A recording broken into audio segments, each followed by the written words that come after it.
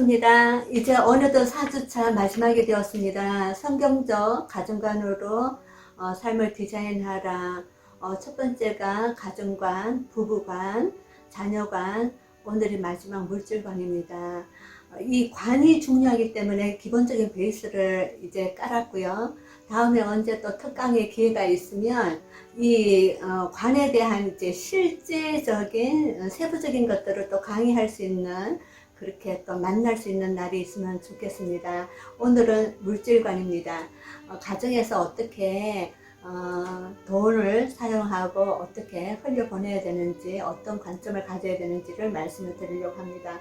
돈만큼 우리 일상에 많은 영역을 차지하는 게 없죠. 모든 게 돈인 것 같아요. 먹고 입고 자고 아이들 교육시키고 누구를 만나러 가도 차비를 생각해야 되고, 또 병원 관리, 앞으로 어떻게 살아야 되는가, 모든 것들이 돈이죠. 그리고 또 가정에 보면은 돈 때문에 싸움이 많은 것을 또 봅니다. 이 돈 문제가요 굉장히 크죠. 그래서 부부간에도 과도하게 아끼는 사람이 있어요. 너무 어렵게 가정에서 자랐거나 그러면 내일을 위해서 준비해야 되니까 있는 것도 못 쓰고 과도하게 아끼죠. 또 어떤 또 부부는 또 반면에 그냥 풍족하게 쓰죠. 내일에 대해서 준비보다도 우리가 버는 것보다도 과도하게 이렇게 쓰는 것으로 인하여서 이 차이점의 갈등도 있죠. 그래서 과도하게 아끼는 것도 어떻게 보면 물질의 노예가 되어 있는 부분이고요. 분수에 넘게 돈을 이렇게 쓰는 것도 물질의 노예가 되어 있는 부분입니다. 그래서 오늘은 이것에 대해서 좀 자유해지는 그러니까 성경적 베이스를 가지려고 하는데요. 누가복음 14장에 보면은 너희가 망대를 이렇게 세울 때 준공하기까지 비용을 그것들을 계산하지 않겠는가. 그래서 이 물질에 대해서도 흥청망청 하는 게 아니라 내일에 대해서도 준비하고 관리를 잘 해야 된다는 부분이 있죠. 재정관이 중요한데요. 그러면 이게 이제 성경에서 한 1800여 회에 대한 내용이 나옵니다. 일상의 우리의 삶 속에 너무나 깊게 들어와 있는 부분이기 때문에 이것이 정리가 된다면 자유함이 있죠.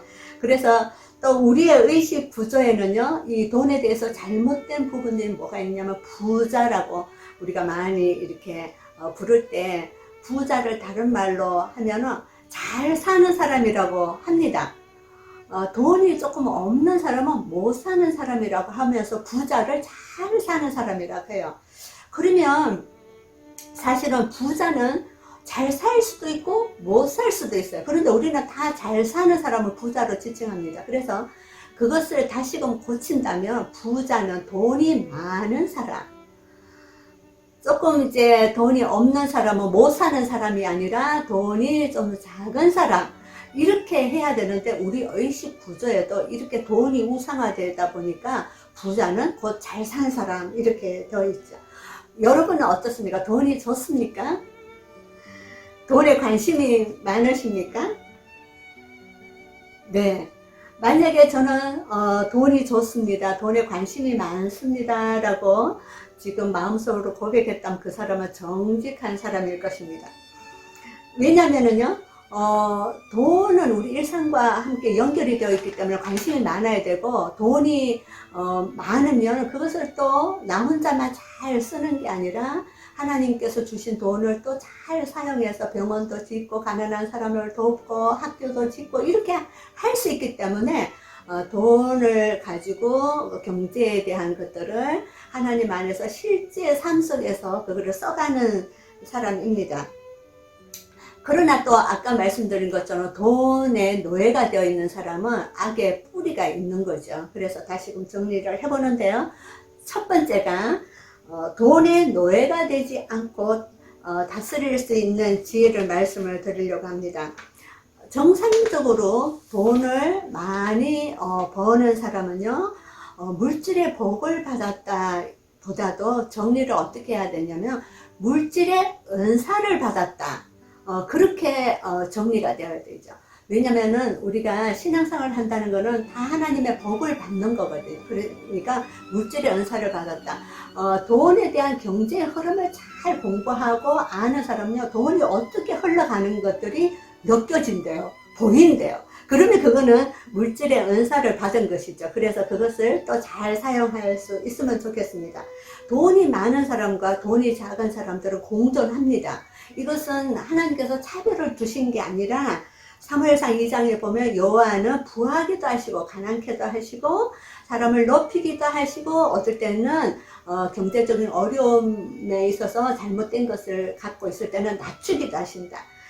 그래서 아까 말씀드린 것처럼 부자는 자기만 쓰는 것이 아니라 그것을 흘려보내고 그것이 은사라는 것들을 말씀을 드리는 거예요. 그러면 우리의 보통 저를 비롯하여서 우리 시민들은, 보통 사람들은 일정한 돈으로 아마 살아갈 것입니다. 그죠?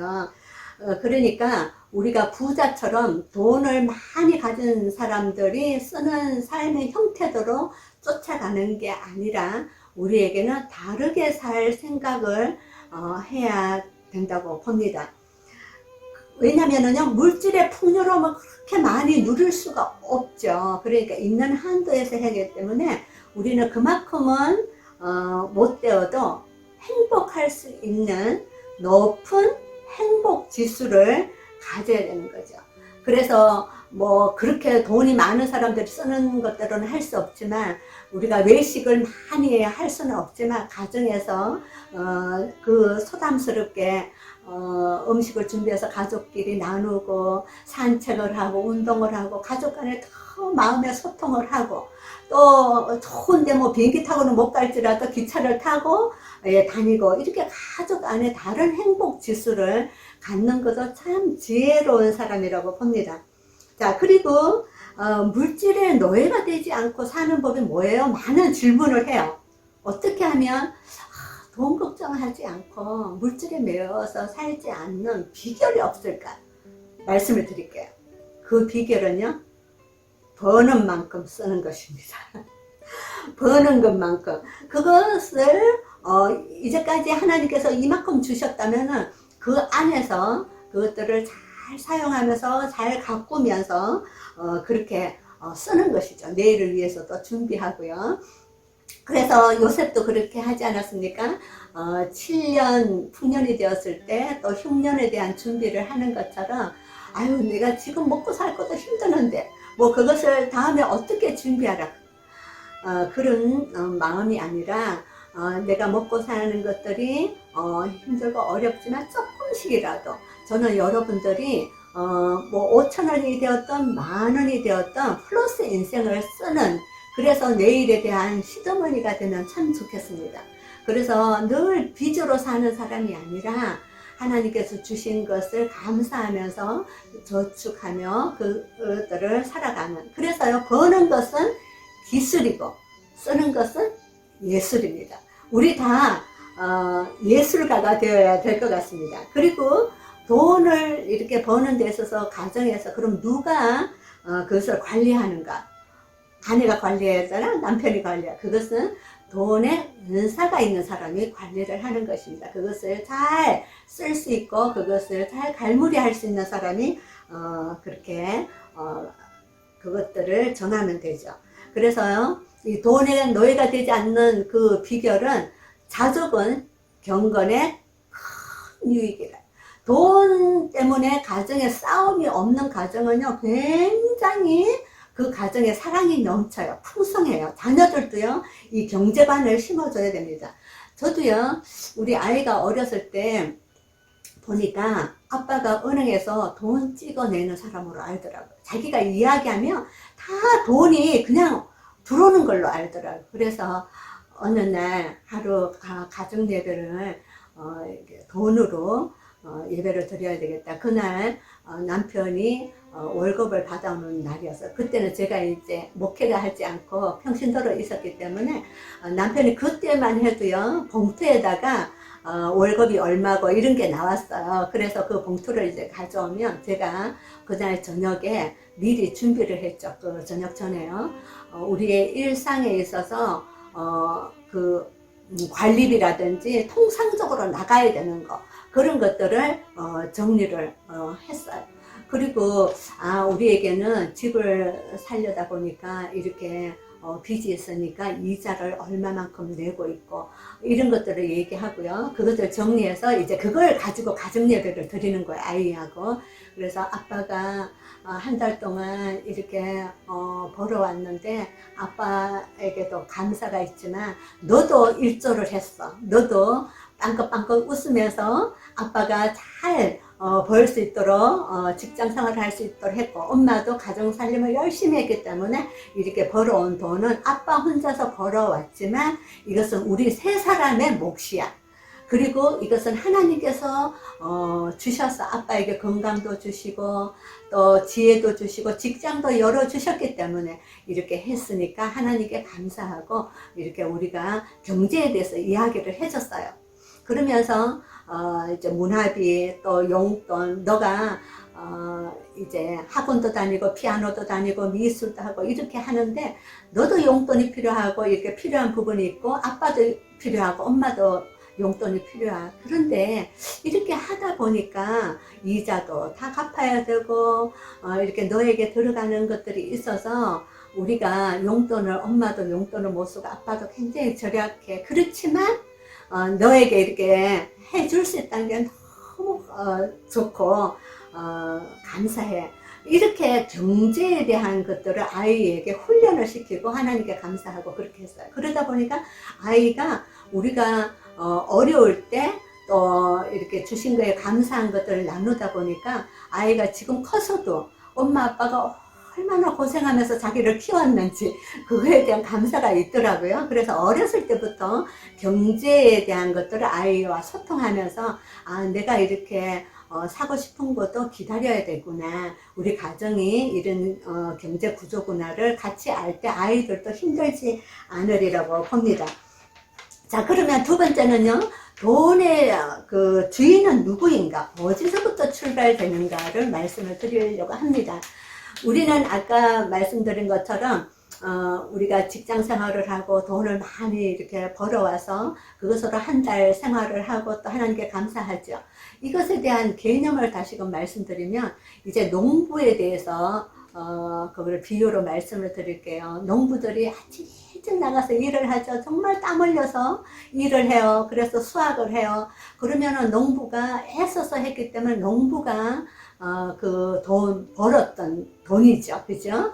그런데 자세히 가만히 생각해 보면은요, 농부에게 하나님께서 땅을 안 주셨으면 어떻게 농사를 짓겠습니까? 또 햇볕도 안 주셨으며, 또 그리고 맑은 공기와 비를 주시지 않았으면 농부가 수고했지만 그게 없으면 어떻게 수확이 되겠습니까? 그래서 농부가 하나님께서 이렇게 땅도 주시고 하늘도 주시고 비도 주시고 햇볕도 주시고 이 모든 것을 주셔서 우리의 수고를 더해서 살아갈 수 있도록 했구나. 그래서 하나님께 감사하는 것이 11조입니다. 지금 우리가 한 달에 한 번씩 이렇게 월급을 받으니까 한 달에 한 번씩 이렇게 하잖아요. 그래서 직장도 마찬가지예요. 하나님께서 우리에게 지혜를 주시고 일할 수 있는 힘도 주시고 이 사회 구조를 통해서 직장을 주셨기에 이렇게 할 수 있었고, 그래서 하나님께서 주신 것에 대해서 감사하면서 그것에서 출발하는 거예요. 그래서 11조가 있고요. 이제 구약에서 보면은 신명기 14장에 보면 제2의 11조가 있습니다. 그것은 뭐냐면 매 3년의 소산에 그 해에 11조를 드리라. 이거를 현대로 좀 풀어볼게요. 그것은 우리는 한 달에 한 번씩 이제 그 소득이 있기 때문에 매 3년에 그 한 달에 11조이기 때문에 우리가 한 달에 30일이니까 하루치가 되는 거예요.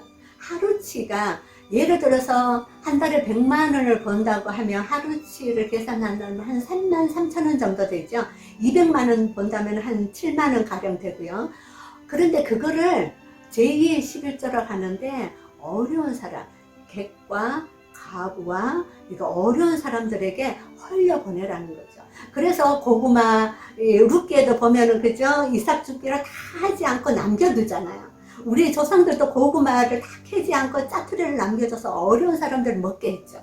그런 것들이 하나님의 마음이라는 거죠. 그래서 우리에게 제2의 11조가 있는 거예요. 그러면 삶이 풍성하다는 거예요. 제1의 11조, 제2의 11조. 1의 11조는 하나님의 생명을 살리는데 하나님 감사합니다. 이것들이 주셨기에 또 생명을 살리는데 사용되게 하여 주십시오가 11조. 제2의 11조는 우리가 함께 동력하면서 함께 살아가는 시대의 사람들에게 흘려보내는 게 제2의 11조. 그래서요, 우리의 기본이 이런 것들을 먼저 우선순위를 가지고 돈의 주인은 하나님이시고 우리 인생의 주인은 하나님이시고 우리 가정의 주인도 하나님이시고 그렇게 결정을 하고 이런 구조로 이렇게 해가면은 큰 풍성한 삶을 누리죠. 그래서 저도 보니까 사람들이 그래요. 11조 하면은 우리가 먹고 살 것도 없는데 어떻게 11조? 그래서 먹고 사는 거를 먼저 하고 하다 보니까 11조를 못 한다 그러는데 저도 그런 경험이 있는데 아니에요. 먼저 주인권에 대해서 이것들을 결정을 하고 11조 생활을 하고 이웃에게 흘려보내는 것들을 윤택히 하는 삶을 살 때 여러분에게 주시는 하나님의 그 복이 있고요. 이것을 자꾸 11조도 넓혀가고 어떤 분은 넘어서서 11조를 그렇게 제3의 11조도 하고 이러는 분들이 있는데 참 감사하죠. 그래서 늘 궁핍한 인생이 아니라 하나님께서 주신 것들을 잘 갈무리해서 흘려보내는 그렇게 윤택해 하는 여러분들의 가정이 되기를 축복합니다. 자, 그 다음에요. 제 세 번째는요. 깨끗한 그릇에 축복을 줍니다. 하나님께서는요. 우리의 가정에게 부부가 있다면 우리 가정에 부부의 전대, 그 돈주머니 있잖아요. 그거를 하나로 하라는 거예요. 돈이 싸움이 되고 갈림길이 되면은 이 가정 안에 사단의 영역이 틈타요. 그래서 각자가 돈을 관리하고 물론 관리는 할 수 있어요. 그렇지만 의사소통이 되라는 거죠. 우리의 가정 지금 경제가 어떻게 돌아가고 있고 우리의 소득이 나는 소득이 이렇게 되고 우리는 이렇게 쓰고 있고 우리가 남은 것은 이 정도고 이런 것들을 어떻게 또 해나가고 빚이 있다면 이것을 어떻게 빚을 갚을 것인가 이런 것들이 의사소통이 잘 되어야 된다는 거. 이게 안 되면 서로가 각자 하면은요, 과도한 지출도 하고, 이 사단이 틈을 타서 물질에 허수들이 굉장히 많이 생기는 것들을 봅니다. 그래서 저희 가정에도 물질관이 제대로 되어 있지 않았을 때 어려움이 있었는데, 지금 이 물질의 소통이 잘 되고, 깨끗한 그릇, 다른 게 아니에요. 사랑의 빛 위에는 지지 말라고 했잖아요. 그래서 지금은 늘 사람들이 그냥 외상, 할부, 그냥 그 신용카드 이런 것들을 쓰다 보니까 늘 청구서를 받는 인생이에요. 청구서가 빌이잖아요. 그러다가 보니까 빌빌하는 인생을 쓰는 거예요.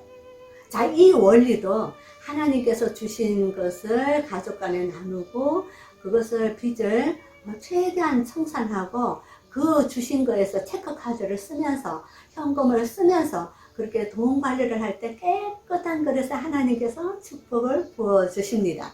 네, 이렇게 돈에 대해서는 제가 할 말이 너무나 많지만 제한된 시간에서 이렇게 할 수밖에 없어서 좀 아쉬움이 있지만 다음에 언제 또 특강을 통해서 여러분에게 실제적인 것들을 더 나누기를 원합니다. 저는 우리 이 영상 강의를 들으시는 분들의 가정에는요, 늘 빌빌하고 늘 궁핍한 인생이 아니라 많은 가정들을 윤택해 하고 우리의 가정을 통해서 우리의 인생을 통하여서 흘려보내는 그런 축복이 있기를 축복합니다. 외상 인생, 할부 인생 쓰지 않기로 오늘 두 부부가 가정에 한번 결단해 보십시오. 한 6개월 정도 굉장히 노력을 해야 될 것입니다. 그러면서 하나님이 주신 재정관을 가지고 하나님께 감사하고 또 우리의 주신 것을 통해서 가족이 행복한 것들을 누리고 다른 이웃에 대해서도 흘려보내는, 그래서 물질에 늘 곰핍한 사람들은 이런 것들을 정리하시고요. 또 너무 받는 인생을 좋아하지 마십시오. 늘 받아야 되는 인생보다 주는 인생이 좋지 않습니까? 조금이라도 다른 사람을 위해서 우리 가정에 밥 한 끼라도 먼저 사주고 내 커피도 사주고 서로 그렇게 이제 해 나갈 때 여러분이 하나님께서 주신 물질을 통하여서 하나님 잘 사용해서 행복하라고 주신 거 여러분들이 그걸 누리시길 바랍니다. 기도하겠습니다. 하나님, 돈은 일반적인 구조 안에 우리가 살아갈 수 있도록 하나님 열어주신 것입니다.